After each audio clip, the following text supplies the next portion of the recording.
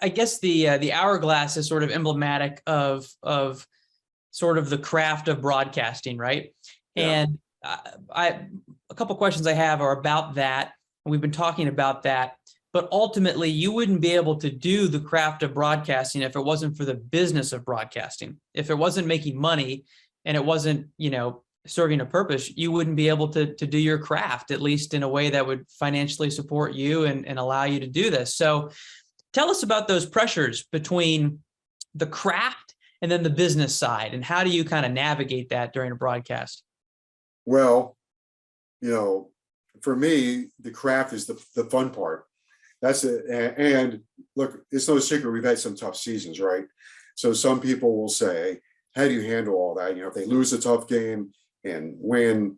And so I can't really bring losing in my front door. If they lose a hard game, football, basketball, or baseball, it's going to stay in my driveway. It's kind of the deal I have with my wife. We made that deal a long time ago. But you'll be saying, well, what does that have to do with the craft? What it has to do with the craft is I always just go back to, now, is it going to bother me if they lose or whatever? Maybe, or win. I just go back to the craft. How do I call a better game? What do I have to do for the next game? Because they come at you pretty fast, especially when basketball season comes along. It comes fast. But to me, the fun part is how do I call the perfect game? Can I call a perfect game? So I just always work the craft, the time and score, the hourglass, right?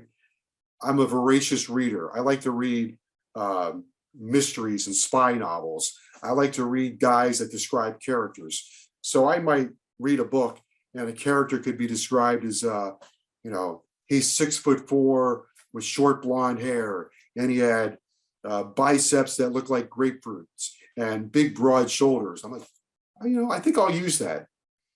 I don't know if it's plagiarism or not, but I think, I think I'll use that. It's a good way to describe a guy.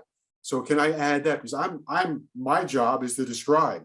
You can't see what I'm talking about, right? So I got to describe it. And so that's working the craft. Looking at all this, mumbo jumbo that's on my board. It's stats, but, so-and-so's from Woodrow Wilson High School. Oh, okay, named after a president. It might be pertinent for me to say, tackle was made by so-and-so. He went to Woodrow Wilson High School, the 29th president of the United States, right? That is working the craft. Which direction are they going? Left to right. The grass is really, an emerald green. It's an oasis for the players, right? Work the craft. So during the week, how can I keep working the craft? If I can keep working my craft, making it sound better, what happens? Do I get more listeners?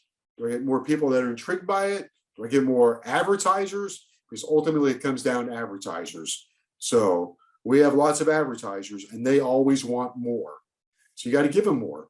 So not only calling the game and trying to work that part, all the stuff that comes with calling a game, down, distance, time, score, who's got the ball, where is it, geography, play-by-play is geography, any sport, where's the ball, who has it, where are they going, pinpoint the ball, right? It's geography. Business side, now I got to sell. I got to sell a Cadillac, I got to sell a Lexus, I got to sell a restaurant, got to sell a grocery store, whatever it is. You got to make it sound like it is the best product of all time, every time. You can't just be, Williamson Cadillac, toss it to the side. Got to put something into it. And so, because for those companies, that's the most important part of the broadcast for them. Yeah, right. Exactly. Right. They're tuning in. They want to hear their tagline. They want to hear what they're, if it's a Labor Day sale, Thanksgiving sale, they're investing money. They're investing money in you. Ultimately, I'm the one who has to deliver it, right? So you got to deliver it the right way. You can't just be, oh, darn, this is a nuisance. No, you got to find a way to put it in the broadcast with a lot of gusto, where it's not overwhelming the audience where they're going, oh God, another one? Because part of the craft is you got to let the broadcast breathe somewhere along the line. Crowd noise, band, all the elements that make up college football, we got to hear those also without bombarding everybody with everything else. So hopefully we're able to do that. The University of Miami is a great product, and it's a product that people want to be associated with. So I don't think we have a problem in that area. And I know you want to get, maybe, you're looking down the road of, well, what about radio? Radio has always been there. I have always been there. And I have this feeling that radio could go just by this slogan: we were here before you, we'll be here after you. I don't see, radio changes in a different way, but and maybe for the younger people, maybe they don't listen on the radio, maybe they listen on the phone, but it's still audio. It falls into the audio content area. And so there's a place for it. And I suspect that because radio is here before me and will be here long after me, it's going to continue to thrive.